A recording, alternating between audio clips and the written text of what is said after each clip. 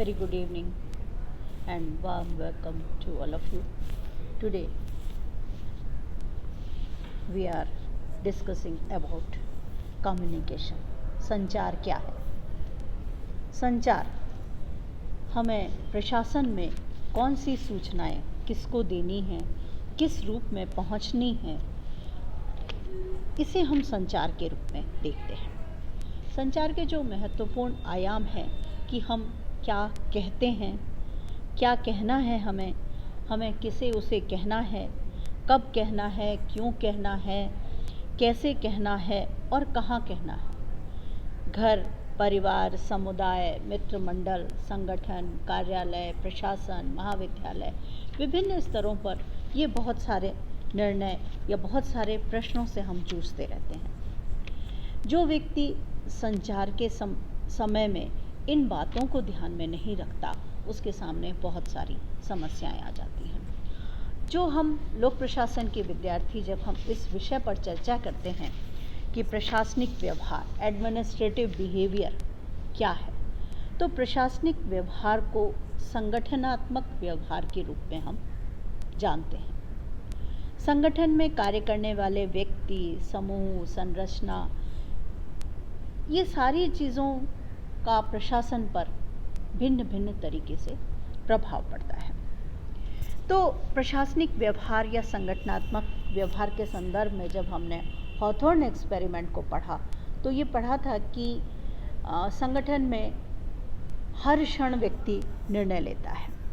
अनौपचारिक रूप से जब व्यक्ति कार्य करता है, उसमें और औपचारिक रूप से कार्य करने में बहुत सारे अंतर भी पाए जाते हैं।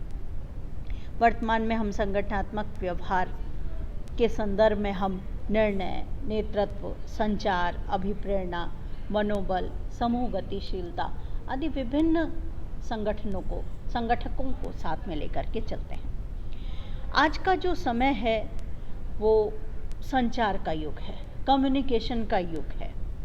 बिना संचार के मानव जीवन की कल्पना करना व्यर्थ प्रतीत होता है। विभिन्न सूचनाओं की प्राप्ति, सूचनाओं को भेजना एक स्वाभाविक मानवीय प्रक्रिया होती जा रही है। मानव जीवन के 3/4 सक्रिय भाग में संचार का प्रयोग होता है और किसी भी प्रबंधक के जीवन में यह अनुपात और भी अधिक हो जाता है। विश्व की कई समस्याओं की जड़ें कम्युनिकेशन में ही निर्भर होती हैं। कुछ हम उदाहरण लेते हैं कि अगर एक जगह पर लिखा है कि यह कार्यालय बंद रखा जाएगा, यह दुकान बंद रखी जाएगी, बंद रखी जाएगी, बंद रखा जाएगा, अगर इस शब्द में जो स्पेस है बंद और रखा के बीच में, तो क्या हो जाएगा? यह दुकान बंद रखा जाएगी। एक उदाहरण और लेते हैं हम कि एक टेलर के दुकान पर, दर्जी की दुकान पर, जिसमें 4-5 व्यक्ति निम्न स्तर पर कार्य कर रहे हैं, वहाँ पर एक ग्राहक आता है और वह टेलर मास्टर को कहता है कि ये पैंट 2 इंच छोटी करनी है। 2 इंच छोटी करनी है। टेलर मास्टर ने अपने लोगों को कह दिया ये पैंट 2 इंच छोटी करनी है, लेकिन ये कम्युनिकेशन क्लियर नहीं था कि किसको करनी है। क्या परिणाम हुआ? जब जिसको समय मिला उसने उसे 2 इंच छोटा कर दिया। क्या निष्कर्ष निकला? कि ये जो कम्युनिकेशन था वो क्लियर नहीं था, स्पष्ट नहीं था। संचार बहुत आसान दिखने वाला शब्द है, उसकी तुलना करना, उसको एक रूप में देखना हमेशा क्लियर नहीं होता, हमेशा स्पष्ट नहीं होता है।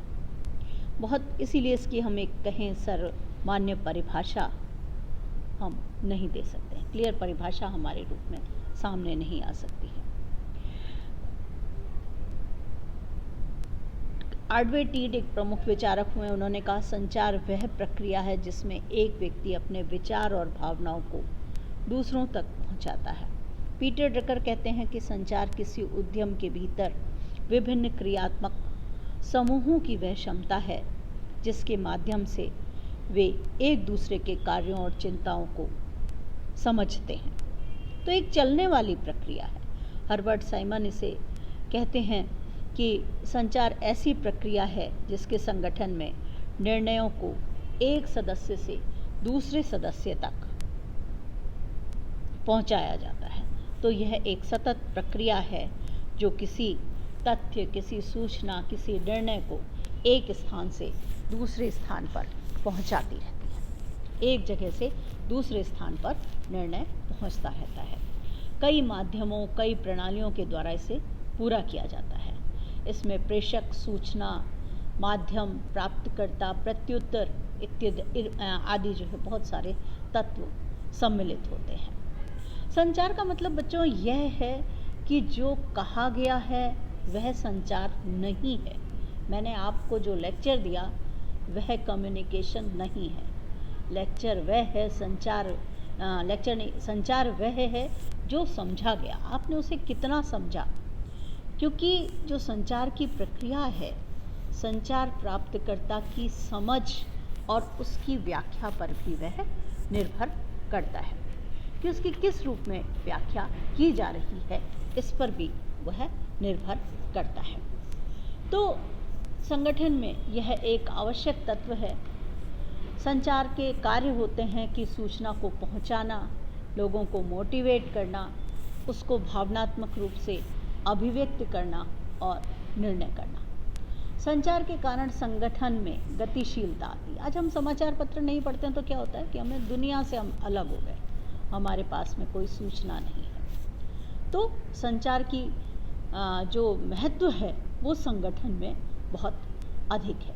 कार्मिकों में मोटिवेट करना, उनको प्रोत्साहित करना, उनको मनोबल देना, उनका मनोबल को बढ़ाना, उनको दंड के प्रति भय उत्पन्न करना, ये बहुत सारी चीज़ें हैं। अनुशासन बनाए रखना, जिनके लिए एक किसी न किसी तरीके का प्रयोग किया जाए, उसे हम संचार के रूप में देखते हैं। हम बात करते हैं संचार की प्रक्रिया क्या है। जब से सृष्टि का जन्म हुआ है, जब मानव समाज की उत्पत्ति हुई है, तब से किसी न किसी रूप में संचार होता रहा है, होता रहेगा, क्योंकि यह एक सहज एक प्रक्रिया ही नहीं है बल्कि जीवन की एक अनिवार्यता है। संचार की प्रक्रिया में जो तत्वों की बात करें तो हम पांच जो है इसके तत्व इम्पॉर्टेंट है। क्या है? संप्रेषक या सूचनादाता, सूचना देने वाला, जिसे हम सेंडर के रूप में देखते हैं। दूसरा है वह क्या सूचना देना चाहता है, यानी मैसेज क्या है, सूचना क्या है, जानकारी क्या है। तीसरी बात करेंगे मीडियम की, किस माध्यम से वो सूचना दे रहा है। माध्यम माने तरीका, खाली हम हिंदी और इंग्लिश मीडियम की बात नहीं करेंगे। लिखित संचार, मौखिक संचार, इशारे में संचार। फिर सूचना प्राप्तकर्ता कौन है, रिसीवर कौन है, बहुत इंपॉर्टेंट है बच्चों। रिसीव करने वाला, उसको उसी भाषा में सूचना दी जाए। और उसके बाद फीडबैक क्या है, यानी प्रत्युत्तर या वांछित प्रतिक्रिया क्या है। तो इस रूप में 5 जो तत्व हुए, पांचों तत्व महत्वपूर्ण हैं। संप्रेषक यानी सेंडर, यह वह होता है जो किसी जानकारी, आंकड़े, आचरण, विचार, भावना तथा सम्मति को दूसरे व्यक्ति या व्यक्तियों को संप्रेषित करना चाहता है।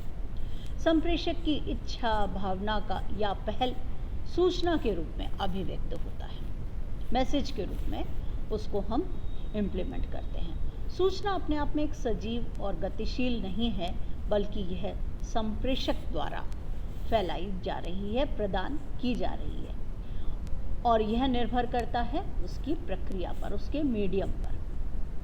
संचार के उचित माध्यम या विधि जरूरी है।